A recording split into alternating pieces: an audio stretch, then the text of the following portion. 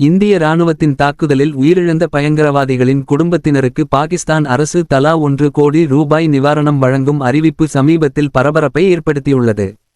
பஹல்காம் பகுதியில் 26 இந்து அப்பாவி மக்களை பயங்கரவாதிகள் வெடித்து கொல்லிய பின்னர் இந்திய இராணுவம் அதிரடியாக ஆபரேஷன் சிந்தூர் என்ற நடவடிக்கையை மேற்கொண்டு பாகிஸ்தானில் உள்ள பயங்கரவாத முகாம்களை தரைமட்டமாக்கியது.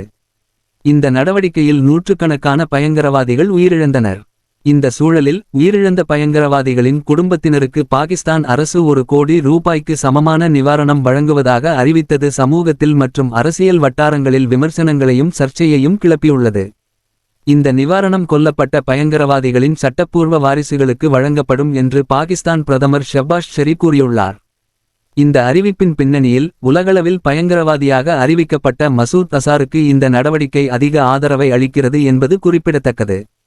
ஆபரேஷன் சிந்தூர் நடவடிக்கையில் மசூத் அசாரின் 14 நெருங்கிய உறவினர்கள் உயிரிழந்ததாக அறியப்படுவதால் அவர்களுக்கு பாகிஸ்தான் அரசு 14 கோடி ரூபாய்க்கு மேற்பட்ட நிதி ஆதரவு வழங்கியது குறிப்பிடப்படுகின்றது. இந்த சம்பவம் இந்தியா பாகிஸ்தான் இடையேயான உறவுகளில் புதிய சர்ச்சையை உருவாக்கியுள்ளது.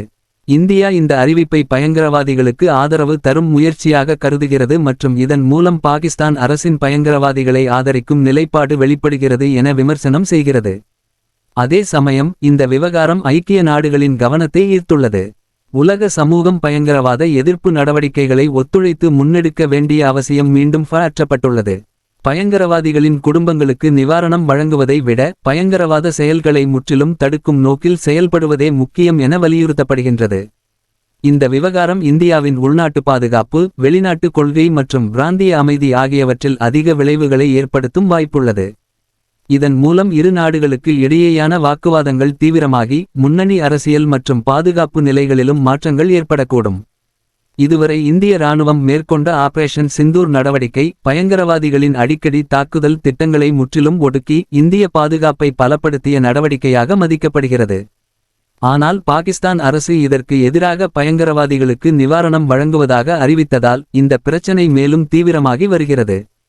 இதன் மூலம் இந்தியா மற்றும் பாகிஸ்தான் இடையேயான நெருக்கடி, எதிர்ப்புகள் புதிய கட்டத்துக்கு செல்லும் அபாயம் உள்ளது. சர்வதேச அமைப்புகளும் இரு நாடுகளின் அரசுகளும் இந்த பிரச்சனையை அமைதியான முறையில் சமாளிக்க வேண்டிய அவசியம் உள்ளது என்பது தெளிவாகும். அனைத்து விதமான உள்ளூர் மற்றும் உலக செய்திகளுக்கு நமது www.adibantv.com என்ற இணையதளத்தை பார்வையிடவும்.